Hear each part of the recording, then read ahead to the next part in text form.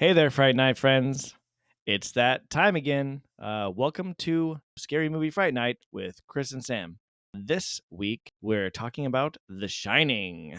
Hello, Chris. Sam's not here this week. My name is Zachary. I live in Sam's mouth. So weird. But for some reason, I'm also a finger. I don't know. I can't do it. Let's get into it. Red Yeah. rum, Red rum. Red rum. blue vodka. Let's get into it, shall we? This is Scary Movie Fright Night, A new podcast about two guys who just watch scary movies. I'm Chris, and I love scary movies. and I'm Sam, and I hate scary movies. My body just shook. Give me the heebie-jeebies. No, don't. All you have to do is stay inside in your bed, and then you won't get murdered. Okay. And now you have that recorded. Okay, well, for those of you that are still here after that that wonderful intro, welcome back to Scary Movie Fright Night. This week we're talking about The Shining. The theme for this week's movie that Sam chose from was My Vintage Horror. Hopefully you listened to last episode so you understand the meaning behind it. But My Vintage Horror being Chris's Vintage Horror, and Sam chose The Shining because that was the first movie that I ever saw. Well, horror film that I ever saw when I was 3 years old. I'm not going to tell the story again. If you didn't listen to the last episode, recommend go back, listen to it. Better get caught up. Yeah, get caught up. If you really are excited about this episode, go listen to the last 15 minutes of the last episode so you understand why we chose it, and then jump in. And then go watch The Shining. It's only 2 hours and 22 minutes. Plenty of time. Boy. Be back in 5 minutes. Continue on with this episode. Yeah, there will be spoilers. So get ready. Okay. I'm glad you mentioned that the theme was Chris's vintage, because I was trying to, as I was watching this movie, I was trying to think of it through the lens of the fact that it came out in 1980. Yeah, Because that, same. I mean, that was an important aspect of what we were watching. I think that that's going to be so important moving forward. Is it's kind of like you mentioned in Cabin in the Woods similarly. And if you haven't watched that episode yet, go back and watch it. It's titled Cabin in the Woods. Or listen to it. Or listen watch to it. it. Did I say Yeah. watch the movie? You know what? That's okay. It's fine. It's going to be one of those types of episodes. But you had mentioned, there were certain parts of that movie that were dated, even though it was only like 11 years old. Right. And so I think going into this, I have a couple of notes, right, that about this movie particularly, but going into this from a lens of 1980. Yeah. It's not going to be the last movie we watch from the 80s. Maybe we'll even hit something from the 70s, but yeah, it's definitely a lens to put on it. Yeah, I was trying to appreciate it for what it was for the time that it came out.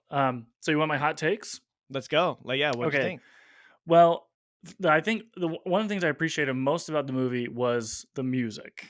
Yes. Iconic, the beginning, I mean, it's not something, I love movie music. I would not put this on in the background while I'm trying to relax, because they do a masterful job of like the dissonance and these like high pitched notes, and they just would hold them for like minutes, and you're just like, oh, the psychological effect of the music was pretty powerful, and I appreciated that. Yeah, the music to me made it. It's one of the few things that made it. But I have it, here in my notes, is that the score, without the score, it just wouldn't have brought the like intensity, and the feeling behind it. Yeah, 100%. Because honestly, there was music playing for the mass majority of the movie. There was something on in the background. I'm sure this is different movie to movie, but I always wonder how they put it together. Like, do they have the like shot by shot for how the scenes are going to go, and then the composer's like, okay, so if this shot is 10 seconds and that shot, and then this is how the music's going to go, or whatever, versus here's the music, and then we got to time up the editing of the visual to the audio. Like, what is the process to get those things to match up? You know what I mean? That's interesting. Yeah, I would think they would have the scene, and then they would understand the feeling that you want to feel, and then they would put the score on top of it afterwards. But I don't know. I don't know, because I think it would be more difficult to cut the scene to the music. But Right. it's an interesting concept I've never really thought about, like, which Yeah. just goes into the artistic genius that is to, like, while you're watching, for instance, when she's reading, his script of all the same words, but in different Right. paragraph formats, and he starts creeping up behind her, and, like, as he gets closer and the music intensifies, like, that's an art to it, right?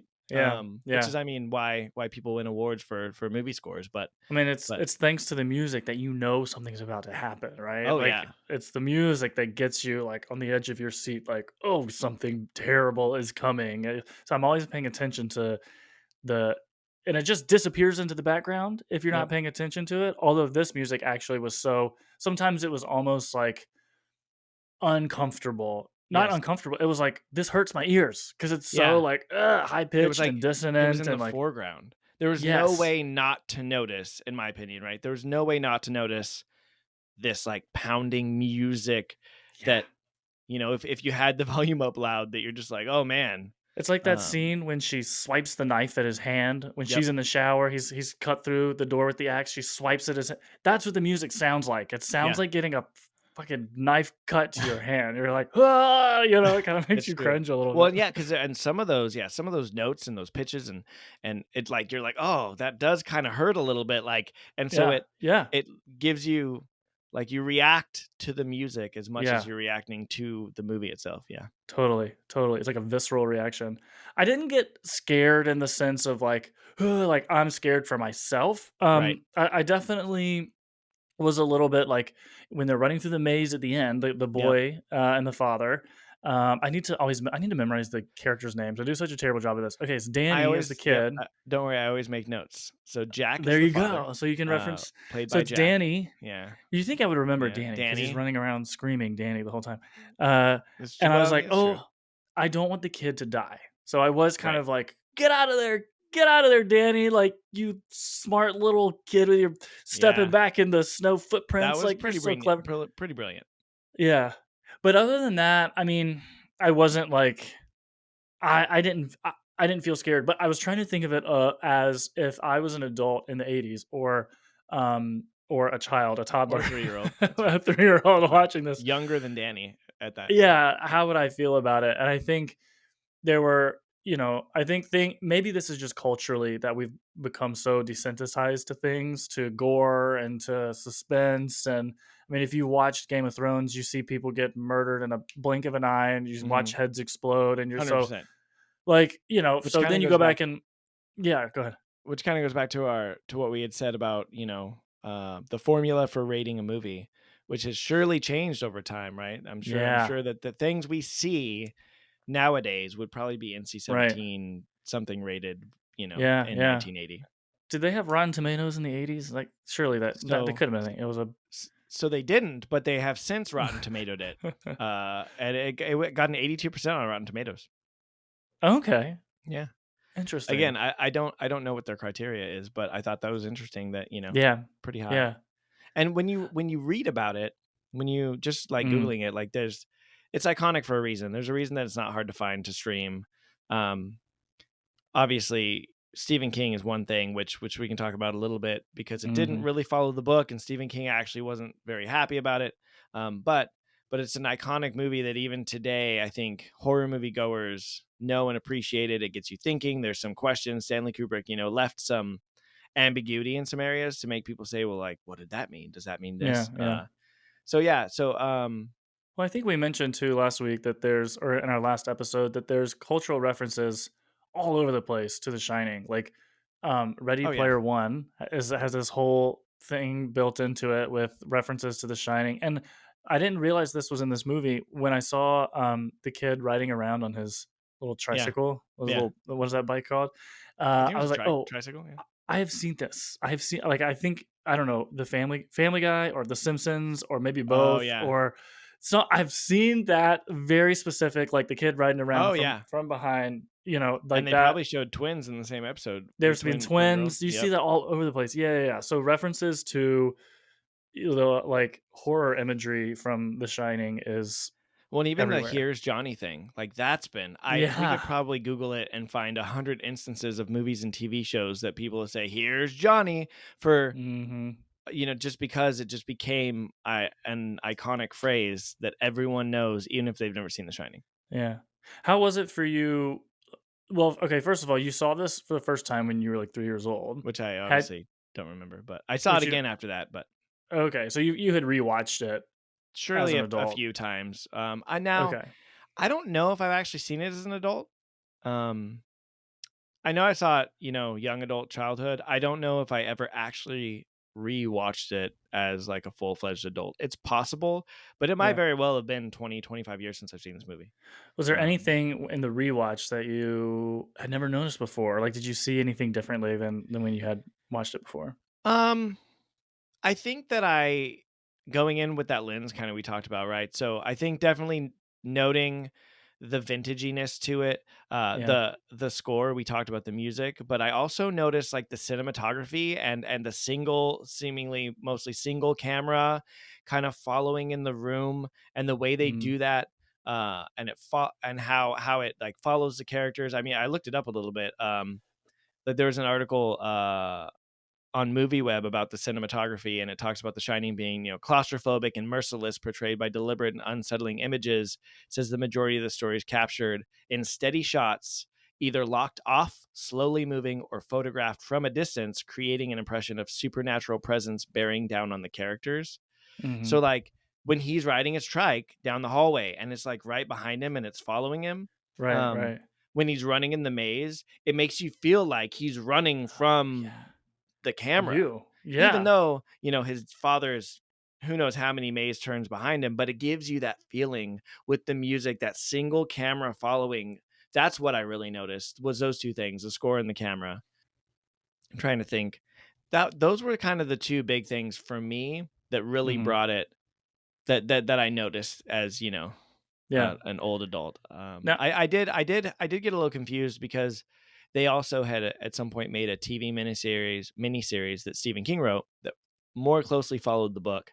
So I was a Mhm. little bit. I had forgotten that Dick Harlan, the chef, I forgot he died. I remembered like right before it happened, but Mhm. in my mind it was a little bit different, or went down differently, or Mhm. or he communicated with Doc, with Danny, Mhm. Mhm. um, before How much that. did But you remember about, like, as you were watching the movie, did you know, like, they're gonna get away? I know everything's gonna be fine, or were you like, I can't remember what's gonna happen." I think it was kind of a combination. I pretty Okay. much knew what was going to happen.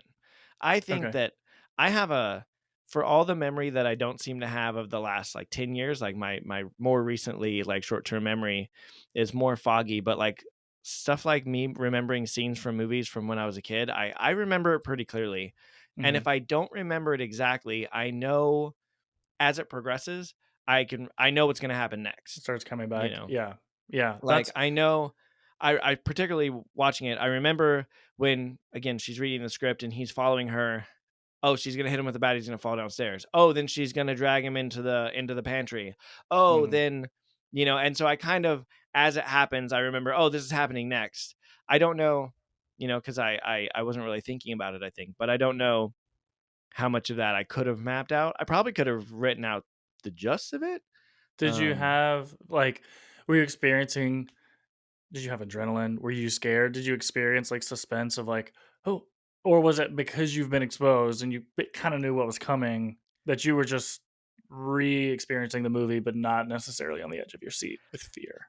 I think there was I was on the middle of my seat. In the middle of your seat. Whatever you define that as. No, I think there were definitely parts where I knew what was going to happen, but again, because of the music and I had it up loud and the way that things were happening, I think there was I felt a little bit of intensity, but Uh-huh. all in all, not the scariest thing. And I've seen it before and I know what's going to happen for the most part. Yeah. But, I think the maze at the end, something about that was probably the most intense I felt just because it's dark. He's running through the maze.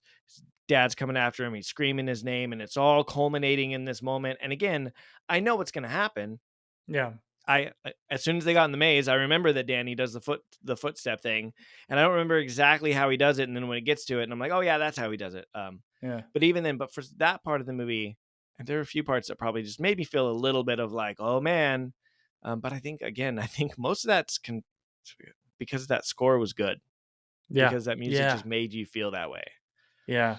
The other I thing The other Yeah. thing that I noticed that I found really funny that I don't think I ever would have noticed before, maybe, was in the pantry, particularly the product placement from 1980 was so intense. And so I was like, I made, I remember some of these brands. yeah, so I literally paused it and I made a small list just of what I could see in a couple of the in a couple of the shots. This is good trivia. I feel like we could do like a shining night, like a theme night, and you have to make dinner with only the ingredients that you could find in the pantry. That's actually, oh yeah, and you have to get a can that was made in 1980. But yeah, so just short list, and I realized more later, and I wasn't going to write them all down because that would just be silly. But first of all, Heinz everything, Heinz Finds relish, everything. Heinz mushroom soup, Heinz. I think there was tomato ketchup, there was Kellogg's cornflakes, there was Libby's pears, there was another like Libby's something else. I was looking for Yeah, Libby's yeah. pumpkin pie, didn't see it. Um, There was that fruit salad. No, what was it called? Was it a fruit oh, salad? it was a fruit salad that she poured into a bowl. Was Yeah, that? yeah, yeah. She opens Yeah, that, and as soon as and I'm that like, Zach was like, "Oh, I remember back when I used to eat that in the 90s." yeah. Oh, and I'm also thinking this is not practical for a family of three. Can you imagine Yeah, how that many giant days ass they're going to bowl be of eating fruit that salad. giant ass can of fruit salad? Like I'm so sick of fruit salad by day 7. But That's what caused it. He was that's like, "I'm tired of this fucking fruit salad. it was poison canned All fruit. work and no Also, play. Fucking fruit salad. God damn it." exactly, in syrup. And all that frozen meat in the All freezer. I'm that like, you're syrup. leaving this frozen meat in the freezer for 8 months. That shit gonna get freezer burn. Um, Yeah. Ooh, yeah. But there was tomato that's soup, so funny. ketchup, green beans, Ritz crackers. Yeah, I mean, There was there was. that like country crock lemonade. Do you know what I'm talking about? Is it Oh, country I crock? missed that one. I didn't see Is the that what it's, lemonade. or am I I saw thinking of Kool-Aid. butter? I saw Kool-Aid. This I is saw really important. Tang. I'm glad that uh I'm glad that we're noticing all the food that was in the pantry. Yeah, well, you know But that what? is Maybe I was exactly hungry. that's I mean, no, that's exactly like as all this scene is happening, I was like, "Oh, look at what's in the pantry. Oh, that's interesting." But Yeah. also, do you think it was product placement? Like, do you think these companies paid to have 100%. their products Oh, in the horror 100%. movie? Because I don't know if I I'd want the I think association. I think that it's always product placement. I and Greedy, maybe this is greedy, just me, greedy. but I always feel like I notice product because otherwise they could have just put a bunch of boxes with nothing particular on it. I think that Well, that's true. surely they're going to want royalties for that. So I'm Yeah, not, that's true. There was I'm an the guy that's Avis car rental in the hotel. I noticed the that. what? Avis. Avis car rental. Really? Yep. I miss that. And maybe it's just because I'm seeing it in a movie in the 80s that I'm Yeah. thinking like, "Oh, okay, Avis was around and they had the same logo they Yeah. did, 43 years ago or whatever." Yeah. But yeah, that's interesting. Yeah, and I'm always the guy that'll notice the product placement. Well, especially when it's blatant, right? So like it was shortly after Yeah. that scene, someone's running down a hallway and there's a stack case of 7 Up. And I was like, "Oh, 7 Up." Um it There. is interesting though because it was very, Next time. yeah, and then as she drags him back into product placement alley, as I like to call it. No, I'm just kidding. It didn't bother. It didn't bother me. I just actually found it funny because I got to see all these old school like labels of stuff and see what was there. Like what were the hotness in the 80s and um same hotness we have now, Ritz crackers. I literally saw I don't know if you've seen this. I saw a video that was like I was today years old when I learned that the edge of a Ritz cracker can be used to cut cheese. Anyway, I don't know. I don't know if that's real or not. I didn't know that, and now I'm Yeah. gonna have to try it. The But person on the next time I'm video, eating French fries with ketchup, I'm gonna think about seeing the ketchup bottles in the. Next time I eat that fruit salad, I'm gonna think about this movie yeah. Well, you know and what? reflect on it. Next time we watch a movie, I'll serve you fruit salad and Heinz ketchup, and maybe And Heinz Ritz cream of crackers for mushroom cutting soup, cheese. and Ritz crackers, and then we'll have a cheese board with Ritz crackers and cheese. I don't know. We are getting way off subject here. We're getting way off subject. Okay, okay, okay. Wait. I do have Oh, some interesting trivia here. okay. Well, And you then kind of alluded to there's this one other already. thing I noticed. There's one other thing I noticed, but do your trivia What was first. it? What was the other thing you noticed? The length of the movie. Well, I noticed that too because it was so damn long. It was I literally in all caps in my notes, and one of the first things I wrote, like within 30 minutes, is I wrote a slow burn. That's because Yeah, the movie was a slow burn. it was a And slow burn. so you know some of this, but I was out of town for a wedding and my wife and I had left effectively, 1 a.m. local time to get Meaning back. Hawaii time. Yeah, 1 a.m. Hawaii time, maybe like 12:30, to get back here by a decent time so we could be back at work the next day. Then I was at the airport in a super long TSA line and saw Hugh Jackman, and I then, I compared adamantium claws with him. His were bigger, of course, because he's Hugh Wait, wait, wait, Jackman. wait, wait. What? You were in the TSA line, Yeah, and Hugh Jackman was in the same TSA line he was. Yeah, he had a in big. this in Hawaii or in where was No, the wedding in in Phoenix? where was I at? Yeah, no, in Phoenix Phoenix. Airport. Phoenix Airport, the TSA pre-check line was crazy, and people were everywhere. And then there's giant Hugh Jackman, which is taller than I expect. What? I don't know why he's Wolverine, but he's just like, "Hey, mate, yeah, the line's over there," or whatever. That's really bad Australian accent. I apologize to all our Australian listeners. But yeah, he had this big Did you puffy beard, were and the I turned. TSA agents like freaking out? Were they like, We were too "Oh, far right this back in the way"? line, and then Ah, I was way far behind. Once I found the end of the line and it curled yeah. around, I didn't actually get to see him go through because obviously Ah, adamantium will trigger metal oh, detectors. So yeah, they how had to does give him that work? special little Yeah, he workarounds. had a big old He probably beard. just He looked ripped because he's of obviously like course. training to be Wolverine again. Did he sing? Did he sing for you He did. in the I airport? went to his one man show. Um, Oh, wow. we went to his one man show when he was in. I don't remember. I think we were When in Monterey. Yeah, when we were in California, he performed somewhere nearby, can and we we do drove a there. Hugh Jackman scary movie? Yeah, yeah, let's find Okay. one. I'll put it on. I'll put it on the list. The Put it on the theme will list. be Hugh Hugh Jackman's scary Jackman. movies. Yeah. Surely he's been in at least 3 scary movies that we You can know, choose from. there are other. Yeah, we'll have to. You know what? I'll do some Was there homework. And like I'll get was back there to like you. an energy around him? Like were all the other people in the TSA like looking and like pointing, or I was it was. yeah, I think that people were hectic, and maybe they didn't recognize him, and maybe I don't know, but yeah, it out of didn't seem like I context. kind of looked around. And it didn't seem like people were just like, "Oh my God, Hugh Jackman!" Although I turned to my wife and I was like, "Hey, Hugh Jackman's here," and she was like, "What?" And I was like, "Yeah, look, it's Hugh Jackman." And Was she's she like, like, "Who's Hugh Jackman?" "She knows who he is, I'm just kidding. not as well as I do." But she was like, "Oh, well, look at that." I was like, "Yeah," and I was like, "Hey, mate, I'm just kidding." Again, I didn't say that. Also, I Hey, apologize to anyone who knows me, including you, Sam. Know that I am a horrible accenter. Accenter? That's not a word. yeah, I was gonna try, and then nothing came out. I was trying to think of what does Australian sound like. And they're like, "Oi, oi, mate." Maybe. Nope, nope. Nope. Yep, We'll practice it for next we're time. not. Yeah, I'm not practicing. I'm horrible. Anyway, so I got back, and then stayed up the rest of the day, and then decided that I Oh was yeah, gonna watch the movie that night, the so movie. that I forgot what you we. know, Yeah. yeah, we forgot the subject what we were talking. Mm. Hugh Jackman taking over our podcast. But Hugh, if you're listening and would like to be a guest, you know what? Just call me up. There's only room for 2 hosts, so no, Hugh, you're not invited. I mean, it can be the Chris and Hugh show. Just Or kidding. maybe it will be my little Zach demon who lives in my mouth. And what did he say? It goes in his stomach when He he's said afraid. It hides. something. It He was like, hides in his he said, stomach. Tony is, I don't know what he says. Something, but he lives in his mouth, and then like I don't remember. It was weird. I don't really understand why Tony lives in his mouth. I guess because that's how he talks. Yeah, but he lives in his mouth, but also he's a finger. So he moves as the finger, but he lives in. You know what? I would We say don't have that's to understand it. probably the biggest thing about the movie that I just don't get. Um, Was Tony? well, just like yeah, it was definitely an interesting representation of and the finger thing. I don't really know, but Yeah. anyway, all that to be Okay, I'm said, sorry. I interrupted you. You all were it's trying to fine. tell me a We get story. off track every episode. It's fine. So I got back super late, and I was like, I'm gonna watch this movie, and then I was like, this movie is 2.5 hours long, 2 hours 20 minutes. So I started, and I was like, oh, slow burn, and by 1 hour 30 minutes in, I had like 2 glasses of wine on top of being super jet lagged, and I was just dozing. So I definitely had Yeah. to. I stopped it, and then picked it up the next day, which is when I realized that all the action really happens in the last 45 minutes. Where do you remember where you stopped it? Right about 45 minutes from the end, which I is mean, what was happening? shortly. So, it's when Wendy, the mother, is sitting on the couch with Danny, but it's after he's been traumatized, right? So he's only speaking in Tony voice, and they're watching Oh, cartoons, okay. and it's Okay. right before she grabs the bat and then goes down there and finds the Got it. script. So Got it. really, I stopped it right before the last 45 minutes of pure, basically action, Yeah. and suspense and whatnot. Yeah. I confess. I did the same thing. I didn't intend to. I was gonna sit down and watch it all the way through. But I started kind of late at night, and Okay. Sammy has a bedtime, and I gotta Yeah. stick to it. So I made it Yeah. It was. through You got to 6 p.m. and you're like, oh, time to go to sleep. 6 5:30. Thank you. No, it was later than that.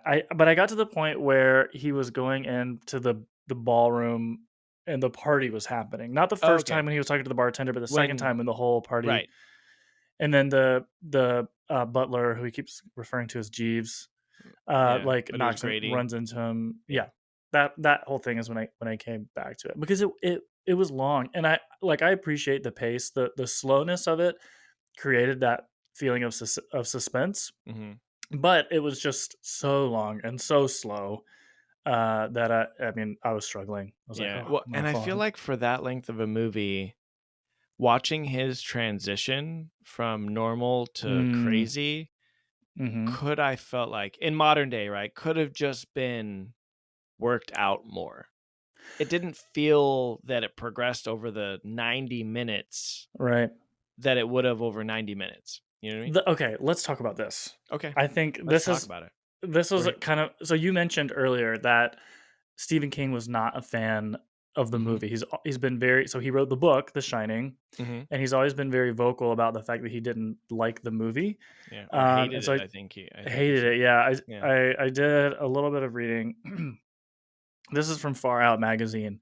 okay, King believed that Torrance, the main character, Jack Torrance, yeah, was inherently a good guy who was okay, bent one way and then the other by various cosmic forces of evil. okay, yeah, Kubrick masterfully blurred these conventional definitions of morality by making Torrance a psychopath. He thought the horror of humanity was much more compelling. okay, Now, I I thought the character was disturbing, but I think right, what would have been more disturbing, or more where I would have connected more to the film or been more afraid of it, is if I had had some sort of like connection to Jack right, before he revealed his like psychopathic tendencies. It seemed like it jumped from, like, he's polite in his interview and he has like one, sweet moment with his child, and then right, suddenly it just seemed and then kind of it's off ramping. sudden. Right, Yeah, compare that to Candyman, right, yeah, where the where you character, like, emotionally develop a connection to the character, and then yeah, by and the it end, seemed like a you're more gradual progression, and it seemed like you're like, oh, he doesn't know what's going on, like he's really unsure. right, um and it felt, I bought it yeah, more in yeah, what Candyman, where I was like, and oh, he's like slipping into madness and there's nothing he can do about it. yeah, Like he and started even painting all crazy and everything. yeah, and even at the beginning of this movie, he wasn't the most, like, compelling, "I really care about this character." You know, Yeah, he seemed nice enough, but, like, he didn't seem like someone that we really were like, "Oh, this is a good guy." right. Yeah, Pure and good, and then, because he had gotten drunk and he was a recovering alcoholic, and he had, um, injured Danny previously, so that already gives you a bad taste in your mouth about him as and his character. Not that he's a recovering alcoholic, right? But that there was an yeah, yeah, abusive moment that he had with his son. sure. Um, and so it gives you it already offsets that spectrum of someone who's good that would never do wrong and how they're just like broken down into this like psychopath, right? So the Right. spectrum just seemed shorter. And like you said, very early on, he kind of just started showing signs of it, Yeah, I think which made it. the idea of, like, I am good, I'm a good person, and the universe is framing me or affecting me, taking Yeah. over my mind to do horrible things, is a scarier concept than Hmm. that character is just a lunatic. He's just a psychopath, Agreed. and that's just Yeah. what he is all along. Well, and I think I read somewhere too, because I did a little bit more reading on this one than I usually do. I usually leave that to you. But in the original, I believe in the book, I think like towards the end or right at the end, I think Jack kind of comes out of it and tells Danny to like run. You know what I mean? Like he kind of like Uh-huh. peeks through a little bit and has the moment where he breaks through and then tells his son to run before the place blows up, because that's how it ends in the book. Yeah. Like a boiler explodes or something. But yeah, I think that Really? yeah, yeah, in the book, because in one of the things I read, it was talking about how Kubrick thought that that was like cliche, that it would just all blow up and burn down in the end. But yeah, in the book, like basically it all blows up. Okay, did you know that there was, okay, we gotta go back. Oh, So, rewind. I didn't know that's how the book ended, because I told you in the last episode that I've been to the hotel. Yeah, I think I said and that a it's where boiler the blew up. I'm movie, just kidding. and the boiler blew up. I blew it up. No, Okay, I think well, I might have said it's where the movie was filmed. It's not where the movie was filmed. It was where Stephen King stayed oh, and then came up with a story and got it. wrote the book. It inspired the book. And I'll Okay, tell you what he said about it in a minute because he had a dream and it was good.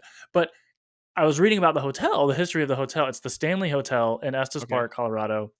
And I went like my last weekend before I moved out of Colorado. I went up there with some friends, saw the hotel, had lunch, whatever, walked around. Fun fact: there is a hedge maze in front of the hotel, and we walked around the hedge maze. Now Oh, it's not actually as tall. It's not like Harry Potter and the Goblet of Fire tall. It's like right. waist height. Okay, But it was kind of fun to walk around. Now I had never seen the movie, so I didn't get right. the significance of the hedge maze. But anyway, I was reading about the history of the hotel, and there was an explosion in like 1911 or something like that. Weird. One of the staff members was carrying an open flame Hmm. torch. What do you call Yeah, that? like An open flame lantern lantern, an open flame torch. torch. Like in Minecraft, a little. Yeah, yeah. No, Yeah. and she walks into this room where there had been a gas leak, and the thing fucking explodes. And That's she insane. survived and ended up working there for another like 30 years or something. Okay, But I wonder if Stephen King knew about it, and that's why he put I that in the wonder. book. That's interesting. Or the ghost told him about it. It could be. Now, there's a lot of Yeah. ghosts at that hotel. I can tell you about some of them because they You have it actually on their saw website. them, or they talk about it on the website. I didn't see them. Okay. Because I didn't stay there. I think you have to Oh, be a guest. yeah. But Well, it here's makes what sense. You're the guest of the ghost. I guess the ghost. I mean, Yeah. I do distinctly remember standing in front of the building. Now, this was during the daylight, right? But apparently, I'm putting words in Stephen King's mouth, so don't sue me, Stephen. But I think Yeah. he Call said us up. something Tell about us. You know what, Steven? Uh, my mom loves you. She's read all your books. I grew up with my mom telling me what your books said because apparently I didn't know how to read them myself. But leave us a note. I'm We'll sure we're bring you gonna do on. We'll bring you on the more. podcast. That's the I'm second sure we're time gonna I've tried to more get Stephen like King. some famous person on our podcast. This episode, anyway. Sorry, go Just ahead. this episode. Yeah. And you know what? I feel bad now for shooting down Hugh Jackman. I just got a little territorial, but I think we would welcome Hugh and probably Stephen. You both are welcome. I And changed my you. mind. Yeah, you can be on those episodes too. Yeah. Oh, thank you. So he said something about the hotel being like just off, like giving like odd vibes. Like it just feels creepy. The whole thing just Yeah. feels eerie. And it's true. I was standing in front of the hotel and I remember looking up at one of the windows that clearly was not a guest room Mm-hmm. because it just you could tell looking at it like Okay. that's not a guest room. Right. But I was like, is there somebody in that window? And I just kept staring at it and I was like, I couldn't see like in the darkness behind the window pane if there was Yeah. like a curtain or a mannequin or something in there, but I stared at it for like minutes and I was like, I don't know what's going on up there. Could it be a ghost? But there are ghosts. So this is from /film.com. Um, Stanley himself, the guy who built the hotel, is said to Mm-hmm. wander the halls, most often in the hotel Oh, bar. Hmm. good place. Sightings of his wife, Flora, have also been reported, usually her playing the piano in the ballroom. Employees and guests have both reported hearing piano music coming from the room and seeing the keys moving. Room 407, it gets real specific. Mm-hmm. Room 407 is supposedly haunted by Lord Dunraven, the man who owned the land prior to Stanley. Okay. Some guests have reported seeing his face in the window even when the room isn't booked. Room 418 is haunted by children whose laughter can be heard in the hallways by guests and cleaning crew inhabiting the room. The Okay. ghost of a small boy is said to appear outside of room 217, where author Stephen King stayed, and he reportedly Oh, saw the child who was calling out for his nanny. weird. Yada yada yada. And then you can, if you take a You haunted, said 217. yeah. What's Interesting, the because room from this movie? 237. 237. Yeah, So he changed that. he did. Hmm. Interesting. So yeah, definitely haunted. Cool. 1,000%. Well, that makes sense, and that's Yeah. probably why it inspired the book. Yeah. Oh, but here's what he said about the book. Can I tell you about his dream? No, you can't. No, go ahead. I'm sorry. Okay.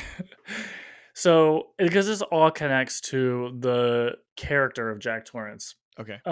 So this is what Stephen King said about the Stanley Hotel. In late September of 1974, Tabby and I spent a night at the Grand Old Hotel in Estes Park, the Stanley. We were the only guests, as it turned out. Just like in the book, in the movie. Yep. Yeah. The following day, they were going to close the place down for winter. ding, ding, ding, just like the movie. Wow. This is his Wandering. dream? No, this was This actually this what is happened. this is what Okay, they okay. did. Yeah, they Got were it. the only Okay. people in the hotel. They were there the day before it shut down for the winter. Yeah. So he says, wandering through its corridors, I thought that it seemed the perfect, maybe the archetypical setting for a ghost story. That night, I dreamed of my 3-year-old son running through the corridors, looking back over his shoulder, eyes wide, screaming. He was being chased by a fire hose. I woke up with a tremendous jerk, sweating all over, within an inch of falling out of bed. I got up, lit a cigarette, sat in the chair looking out the window at the Rockies, and by the time the cigarette was done, I had the bones of the book firmly set in my mind. Wow. So I That's think, amazing. isn't that crazy? That's I crazy. think that he talks about his own son Mhm. being in his dream, being terrorized. I think there's some connection, like maybe he's identifying in himself, Jack Torrance, the character Yeah. in the book at least, which I haven't read, but if he starts off as this good guy who loves his family, but then the hotel makes him lose his mind. Yeah. That's the fear that I think he's like, it's me. Like, what if I was the Oh, guy? What if right. that was my son and I'm the Yep. one losing my mind and chasing him around the hotel with a fire hose? That's That's interesting. my theory. Yeah. Also, his son was 3 in his dream, the same age that I was when I watched the movie. Dun dun Dun dun. dun I'm dun. Stephen King's son. I'm just kidding. Plot twist. My mom's gonna listen to this and be like, "How did you know?" No, I'm just kidding. Good joke. Wow.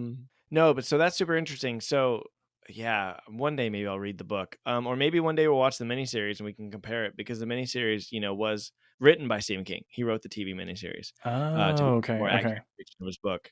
Yeah. Um, just like a couple things I wanted to ask you. Mhm.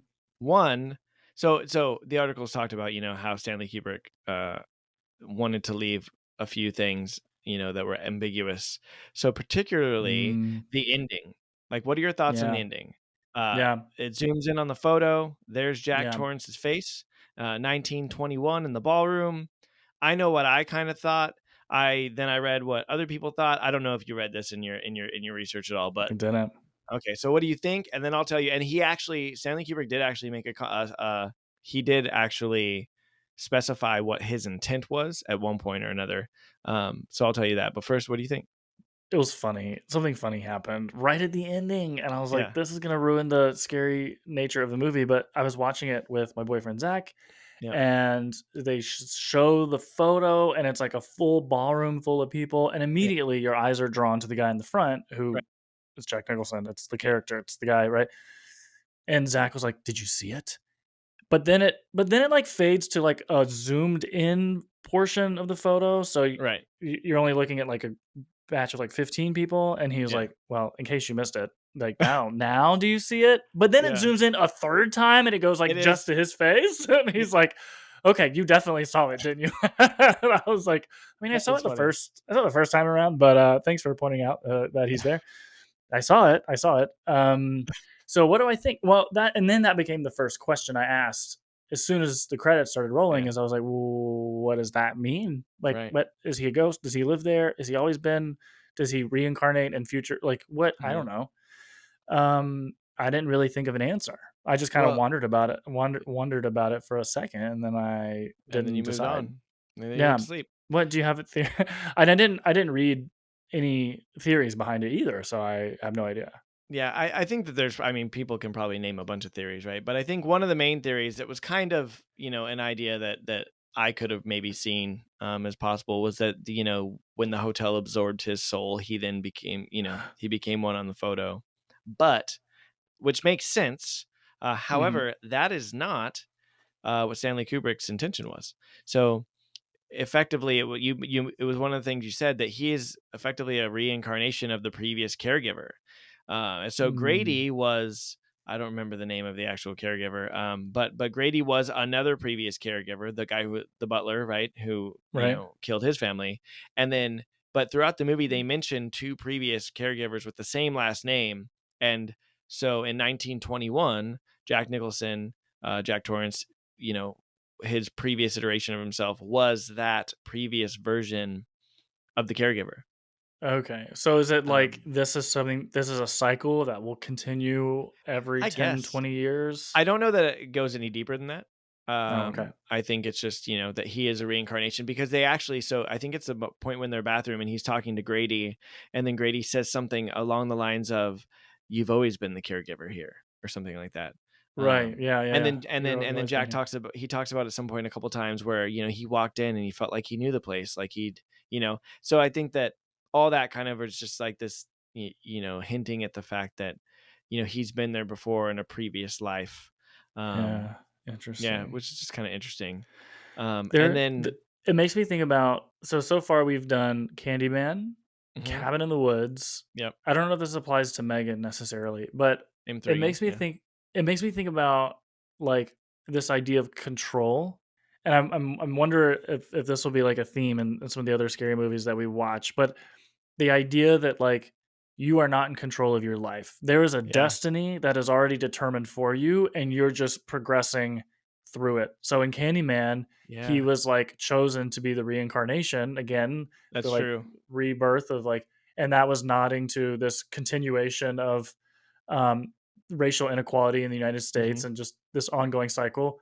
In Cabin in the Woods, it was like, you're just a pawn in this ritual, like, and of course they break out of that, and that was the whole thing about the movie, but the idea that you're just following a path that was laid for you, and that's kind of how it feels with this as well. It's like your mind is being taken over by the hotel and this person who, it's like you were meant to be here, and you're not in control. You're just Yeah. becoming this monster that you were destined to become.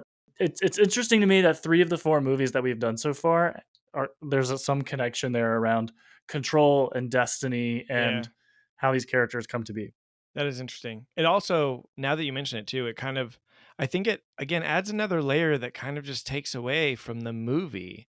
Going back to what you said, like it'd be more compelling if he was this person who was put in this position and he was out of control. But I mean, on one hand, it was never in his control because he was destined to be here. But Yeah, also, I don't know. I don't know if that makes it better or worse. I'm kind of torn on one, one way or the other.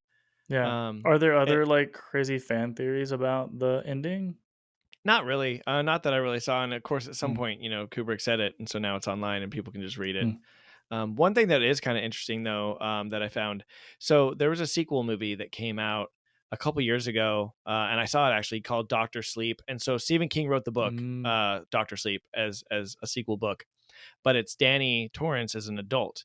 In the movie, he's played by Ewan McGregor, which I Oh. love Ewan McGregor. But what's interesting, just maybe we'll watch it one of these days. But it plays the person who made that movie tried to walk the line between the movie and the original book, right? So like little things like, and I don't remember all of them, but obviously in the book, the boiler room exploded and destroyed the hotel. Well, the hotel didn't get destroyed. So in the movie, at some point, Danny Torrance goes back there. I'm not going to dig into why. Oh. Honestly don't remember all of it. And then he sees his father or a spirit of his father at some point, not played by Jack Nicholson, but by played someone that looks kind of like him. But he, in that moment, is like dressed kind of like a butler in a very similar way Mm, as the previous caregiver was. So nice. they drew those interesting connections. And so, like, yeah, like I said, the person who made that movie purposely bridged that gap. One thing, and this is kind of the elephant in the room, because when you went back to Candyman and racial inequality, like one thing that I notated, Yeah. is the blatant use of the N word 2 times. Oh, yeah. Um, and I feel like it was used purposefully to make the audience just feel disgusted about like, I mean, it's literally a conversation between someone who chopped up his family and someone who's Mhm, about to chop up his family. mhm, So how do you how do you make the audience feel even more gross about them? Well, mhm. you do that, um, but also unnecessary. You already feel gross Yeah, about it. Like the dude chopped up his kids. This guy's about to chop up his kid. Obviously, a difference between 1980 and today. Not to say that that isn't said very specifically and very purposefully in some movies, um, today, but in this one, I was just like, it didn't add anything to the story. yeah, You Yeah, I know. agree. I agree. Also, the only person that died in this movie was a black guy, but I guess that's uh, true. I noticed the same thing. I was like, he was like one of at my that favorite point, characters too. Like he I was just know. I going was there like, to help. He didn't even get to help. He the just walked first, in I was and like, one of repeated two a things million is gonna times, happen. "Hello, anybody here?" Anyway, sorry, go ahead. I was like, either he's gonna save them or they're all gonna die. And that's Yeah, not what and happened. no, he He was just the first died. one and the only Uselessly one. died, which he didn't die in the book. He didn't die in the book. Oh, That was one of those differences that he didn't die. I think he ended up helping them out, and I think in the miniseries there's like a cutscene at the end yeah. where they're like, I think that they showed a scene of like where they ended up after he went there and helped them, but he didn't die in the book. He just died in the movie. But Okay, anyway, yeah. It felt. I guess it interesting. felt unnecessary. What would have been scarier would have been if he. And this is what I. This was another thing. I was like, oh, please don't let this happen. Is he Mhm. shows up, and I was afraid that Jack Nicholson's character was going to convince him to just leave. Like everything's fine. We're good. You can Right. go. And he would just be like, okay, and then take off, and then the stuff would continue. Yeah. Um, I really which. wanted him.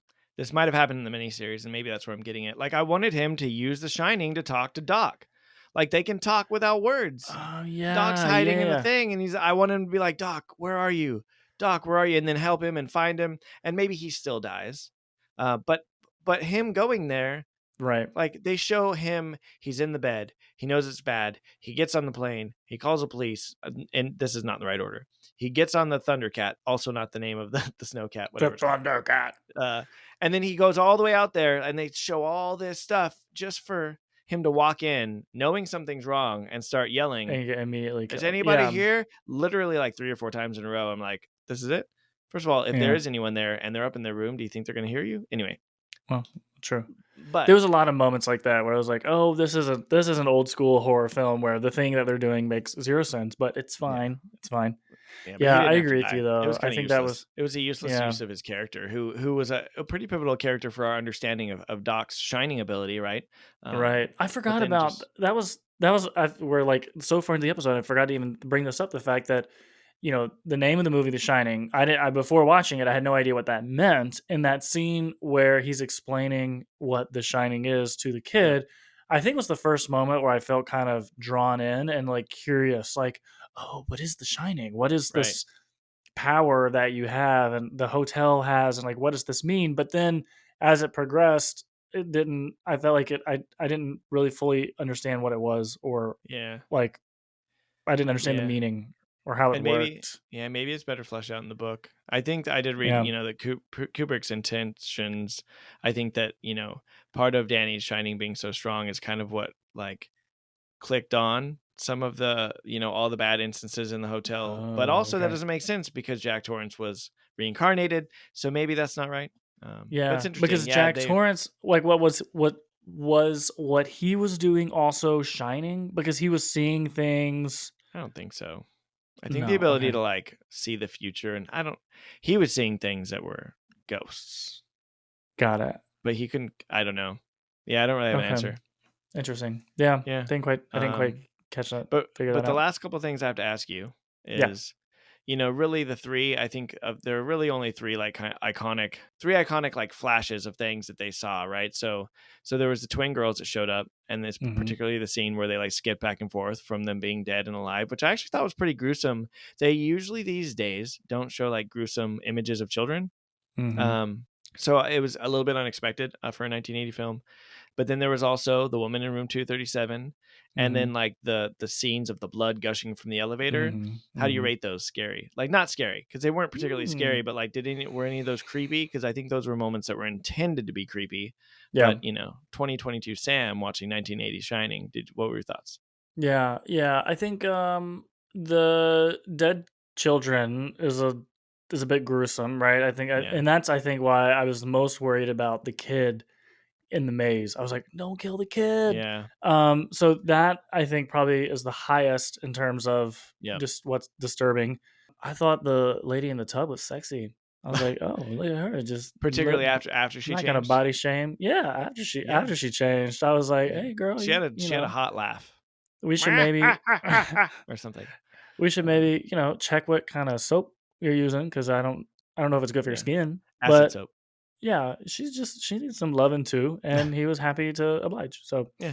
Okay. she didn't do That's anything fair. wrong. That's fair. And the bloody hallway I thought was kind of a cool effect. Like that's what I Cool was effect. thinking as Yeah. yeah, But it didn't as I was really like watching that, I was spark. like, they must have like filled this thing full of red water and Yeah. like that look. I mean, that was an actual. That wasn't like CGI. That was Right. That was they a real created that. So I thought that was kind of cool. I wasn't like, yeah. oh my god, a hallway full of blood is gonna come get me. Yeah. You know. In that article I read, they did talk about like that being, people's theories being that that's like representative of all the blood of the people who died there. Or Mm. there was a weird like talk about how it was built on an Indian burial ground, which also was like an added fact that I Oh, didn't find useful. But that maybe that was the blood of the Native Americans. I don't know. I right. don't know. Yeah. I don't think that there's any I like didn't know what it symbolized. I was just like, blood wow, that's and a lot of death. it's a blood river.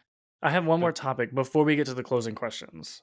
Because I feel like in honor of Shelley Duvall, we've got to talk about this. Are you okay. familiar at all with the way that Kubrick or directed and the intensity borderline probably actually just abuse with which he treated the cast and specifically Shelley? I'm not, no. Okay, so I was reading a little bit about this, and in the scene in particular. So apparently, the way that he ran this Hmm. whole thing is that he wanted her to feel. He was looking. He wanted like very real emotion. So he was he like mistreated her, and he would tell the crew like, "Don't compliment her," and like ignore her, and like they would do insane numbers of takes, like over and over and over, to the point where the actors were exhausted. They couldn't take breaks because if you go on break, it's very expensive for the studio. And he would just like just totally degrade her and like never build her up, like never give her any positive notes. And apparently it was intentional because he was trying to create this like this actual response and like psychological fear in her while she was on set, which is Right. kind of messed up. Now, once you learn Yeah. about that afterwards, you're like, oh fuck, I don't think that's Yeah. cool. But That's there's been like, I mean, documentaries and stuff that have come there's out. method acting, which when people put, do certain things to themselves, but that's not, Yeah, that's, yeah. yeah. I mean, like it'd be one thing if she was like, I want to do this 150 times so Yeah. that I can get it right, and or I'm gonna, yeah, it would be totally But like, different if yeah, you were consent and saying choosing. like, here's the thing, I understand why you're doing this. They talk about it and be like, hey, I want to drive you. Are you cool with it? Cool.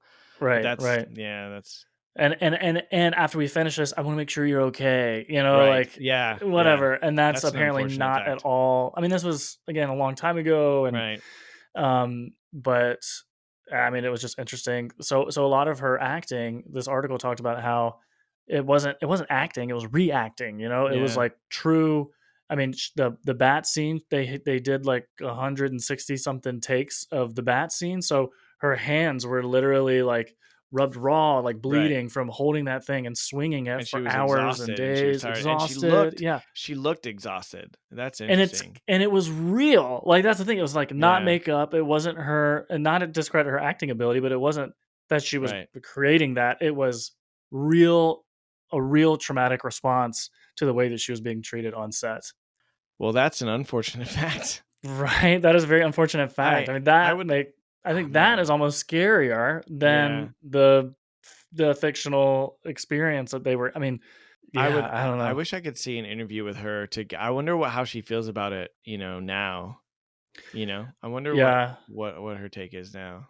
I I mean, who read I knows what read a she's little doing now, bit. but She apparently in interviews and in documentaries and stuff, in some cases she sort of like defends it a little bit, like, well, that's what yeah. made the film good.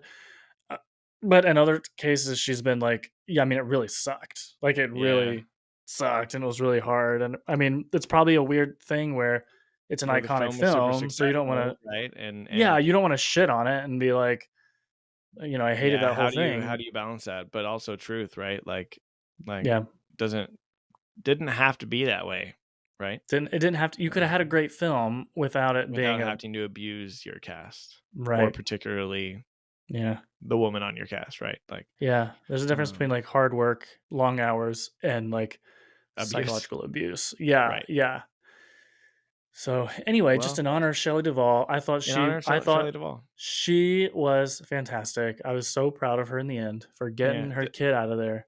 the kid was fantastic too. The kid who The played kid Danny, was? like I thought he was Yeah. really good. I thought like his ability to like when he looks around and he kind of makes these actions. Yeah, yeah, yeah. That yeah, I mean, kid actors are good, right? But Yeah. I just thought for 1980, Great. That So was so part that was one here's of the creepiest things was seeing his face when he's like, yeah like the stone yeah cold like yeah. child. So here's to Shelley Duvall and the actor that played Danny, which I actually Cheers. don't have on any of my notes. So Danny actor, Danny, his well name is done. Danny. Danny Yeah. Lloyd. Danny Lloyd. Oh There you go. well to Danny Lloyd and Shelley Duvall. So, okay, we're down to the last couple questions that I always Okay. ask you. But the final question before I ask you is when he was saying red rum and he saw the image in the mirror, did you know Yeah. that it was murder backwards? I did because I heard that in like elementary school or something. Okay. In fact, Yeah, because I your teachers wrote red rum and then they held a mirror up and you're like, murder. oh well, I Yeah, didn't learn. Yeah, I learned about it in our kindergarten class. When that's our teacher was like, "We're going to teach you backwards letters." okay. That makes sense. Yeah. No, no, no. Actually, where I saw this will make creep you out a little bit. Brace yourself. We I'm went on braced. vacation at a beach house in South Carolina, and I remember going into the laundry room of this beach house, and somebody had taken chalk and written red rum in big letters on the wall in the laundry Weird. room. I didn't know Weird. what that meant, but then one of my friends was like, "Oh yeah, that's murder backwards. It's from the movie." And I was like, "Oh, that's fucking weird." And nobody got murdered on our vacation, so That's we super did weird. But we did again, pretty that good. just goes back to like the iconicness of red rum. Yeah. Okay, so Okay. well, spoiler, you knew what red rum was. So we Sorry. talked about was it scary already? You told me already. You gave me the lowdown on that. Yeah. We kind of talked. I mean, we kind of talked at great lengths about it. But what was your favorite part? What was your like? Was there something that you just really loved or hated? Um, I get to choose but anything. I can choose yeah, anything for the movie. It was my favorite part. yeah, I loved when the kid, Danny, yeah.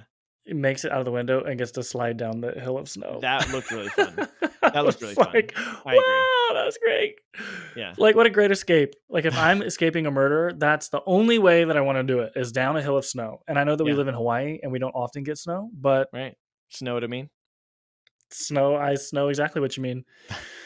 That was my favorite moment. I'm sorry if it's Okay. not what our listeners were going for, I mean, looking that's for, a great but moment. Honestly, I think I did go wee. I don't think I did, but in my yeah, mind I did. I definitely did. Yeah. Um, okay. Well, 1 to 10 on the scary meter. And then would you Hmm. recommend it to the haters? Like Yeah. what's this rate? We've kind of run the gamut. I think the highest one was 6 or 7 so far, but you've seen Yeah. a couple since then. Yeah. So going into this, I thought that it was going to be a big challenge because it's an iconic film, and I was like, "Oh, am I Yeah. going to make it through? Like, I'm going to be terrified." It didn't give me the heebie. It didn't give me the like No fear. GBs. Like, am I going to survive this movie? Yeah, I no wasn't GBs, no gripping with heebies. fear. No Yeah. heebies, no jeebies. I would say it's probably about like a 4. Might be generous. A Okay. generous That's 4. fair. I And I'm think also trying to put it in the context of the time period. right. Well, and so I think that's what we're coming to realize a little bit with some of these older movies, right? Yeah.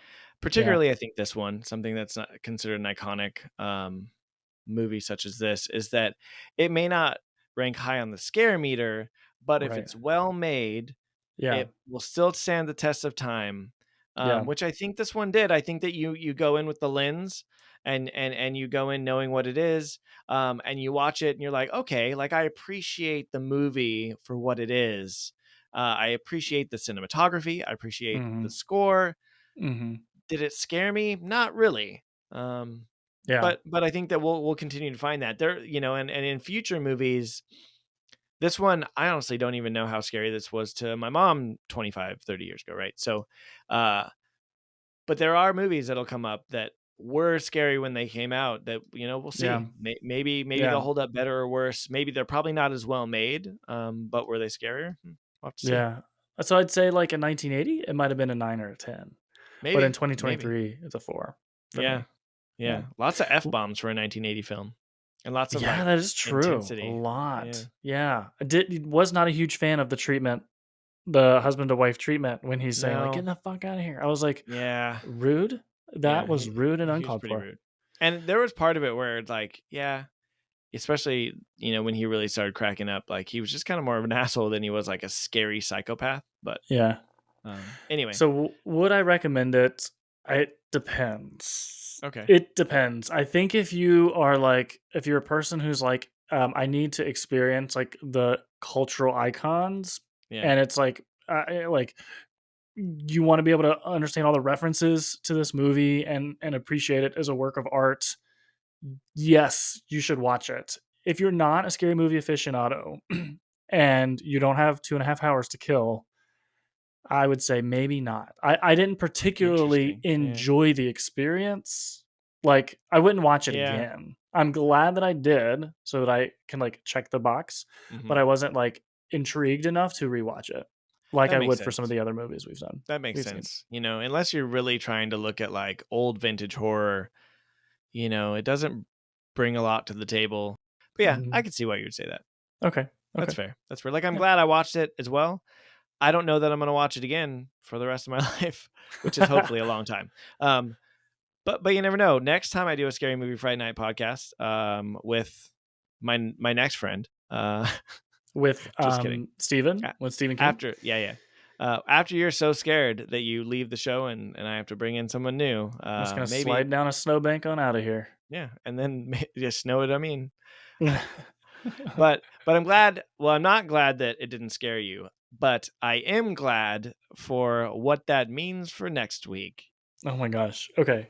So leading into next week, here's the part where normally I would present a theme and pick 3 movies, um, and give Sam the chance to choose from them. But I'm gonna do something similar, but different. I'm going to present a theme with 1 movie and let Sam choose that movie because that movie Gee, is thanks. is out in theaters. I watched the preview for it and was like, "Oh my god, I have to go see this." And I honestly, I wish I could do this for every movie, but I saw it and I thought, man, Sam has been saying that he hasn't been scared yet. I think it was last episode that you were like, I kind of have this build up, and then I never actually get scared, and then The Yeah. Shining comes in at like 4. Yeah. So this one, I watched the preview and I was like, oh, this is fucked Oh up. shit. Okay. I think it's already gotten a pretty high Rotten Tomato score, and it hasn't even released yet. So I'll give you the information. I'm going to read you the Okay. synopsis so that you have the Here we go. opportunity to choose it from the selection of one. But then I'm pulling an audible, and we're going to go see it in theaters, and then we'll come back and talk about it Hell if yeah. you survive. Are you excited yet? I'm very excited. And let me tell you, we had discussed doing this, going to the theater to see a movie off air. So anytime that I get like a movie trailer advertisement or something on Yeah, TikTok, I immediately swipe away because I don't. because you don't want to be spoiled. Yeah, And I feel like TikTok knows that I'm looking for this because it's like we're going to show you all the scary movies that are coming out right now. And I feel like there's been at least 3 that I've seen, but I that's don't funny. want to spoil it, so I swipe away really quickly. So I have no idea what's coming, what you picked, or what it's about. Yeah. Well, we'll see how this goes. I think it'll be fun. I think as our listeners hopefully have figured out, maybe we don't get to watch these movies together, or at least thus far haven't gotten to watch them together, right? Which is nice because then we don't have the opportunity to talk about it until we get in the studio to talk. But that also, I think it's a fun change for us to go see it together. Yeah, the Do a theatrical quick, version too, yeah, theatrical or version, experience, I should loud, say. big Yeah, screen, have some yeah. popcorn. I can hear every scream. If Sam covers his eyes, I can be like, stop that. We can take a photo, post it to the Will you hold my Instagram. hand if I get scared? Maybe, Okay, as thank long you. as your boyfriend doesn't get Mm, jealous. He Yeah, won't. He'll yeah, understand. that makes sense. You're my scary movie Um, Fright Night friend. that is true. That is true. But yeah, it's gonna be a good time, and then maybe we'll try to record a quick reaction or something afterwards. With Yeah. all that lead up, maybe Okay, I should okay. tell you what the I'm movie dying to is. know. I'm dying to know. You will be dying to know after we see the movie. No, I'm just kidding. So the next episode, we are going to watch Evil Dead Rise. That is Have one you of the heard? TikTok things that I swiped away from. Yeah. Have you heard of So anything about the Evil Dead series in your life? no. Okay. I Well, don't think first so. of all, I do want to disclaimerize. That's not a word. For our listeners, right? Depending on when this is recorded, when the movie is out, the movie may no longer be in theaters, so you may not get the opportunity to see it with us in theaters. We don't even know how long it's going to be in theaters, but by the time this airs, it may just be for rental. So you may just have to, pretend you're in the theater watching it with us. but that's just part of delay in recording, I guess. So Evil Dead, I'm not going to go super in depth. We'll definitely go in depth more next week when we break it down. But it has a huge cult following that starts back in 1981. So we watched The Shining, right? And back in 1981, the first movie was released, and with a low budget, but launched the career of writer and director Sam Raimi. Which, if you didn't know Sam, which you should, he directed the first original 3 Spider-Man movies and Doctor Strange Multiverse of Madness. Okay, so he's not all Scary Movie, although Multiverse of Madness was pretty scary. That's but honestly, that's kind of why they picked him, right? Like he brought his like horror into it. And the star of the original movie has been in a lot of the follow-on movies. He's been in how many of these movies are there? They're all called Evil Dead? They're not. Well, okay. So I'll give you a brief rundown. There's Evil Dead 1981, starring Bruce Campbell. Bruce Campbell has made appearances in almost every Sam Raimi movie. He made a guest appearance in all 3 Spider-Man movies, and he was a guest appearance in Doctor Strange Multiverse of Madness. Wait. What's this guy's name? Bruce Campbell. Google. Yeah, he was Pizza Papa, the guy who punched himself in the face. Oh, and then at the end, he was like, "Oh, it's over." That's Bruce Campbell. He makes appearances in every Sam Raimi movie because the connection back to Evil Dead, right? So Evil Dead 1 came out. Okay. Some years later, Evil Dead 2 came out, et cetera, et cetera. Again, we'll break this down a little bit more next episode as we, give you a little bit of chance to look into it. So you have some stuff, but it started in 1981. They've made multiple movies. There's a musical, there's a TV show, and there's a remake back in, I believe, 2013 that is loosely following of the original. However, this is the next chapter or the next iteration. Some of the movies are very slapstick funny, but with gore, with spookiness. This is 100% horror. I think that one of the, when you watch a preview and it puts something on the screen, this was like the movie that all horror movie fans have been waiting for. And I was like, oh my God, Jesus. We're going to watch it. With all that said and done, the next movie we're going to see in theaters is Evil Dead Rise, starring Alyssa Sutherland, Lily Sullivan, Mia Chalice, Gabrielle Eccles, Anna Marie Thomas. And then here's the synopsis so Sam can choose this movie because it's the only movie that he gets to choose from. A woman finds herself in a fight for her life when an ancient book gives birth to bloodthirsty demons that run amok in Los Angeles apartment building. There's nothing like a pregnant book that gives birth to demons to make you sleep well at night and eat a pork chop. That's the worst add-on I've ever given to a synopsis. Wait, why a pork chop? I don't know because they're bloodthirsty. I don't know why a pork chop. It's fine. Sometimes stuff that makes no sense is the best. Well, when you're hungry, when you're pregnant as a book, right? You give birth to bloodthirsty demons, and you are hungry. And you know what? Sometimes you just want the other white meat. You just want some pork. You just want some pork chop. The bloodthirsty demons probably want a rare steak, maybe a burger. But the mom, which is the book, wants a pork chop. I don't remember who wants the pork chop. I've lost. Anyway, so I'm sure that you have a way to put a light spin on this, Sam. Oh, I was waiting for the additional details in the synopsis. I don't know why I expect synopses to be so long and detailed because every time they end, I'm like, I feel like they either spoil the movie. Well, yeah. Or they don't give you enough. They don't want that.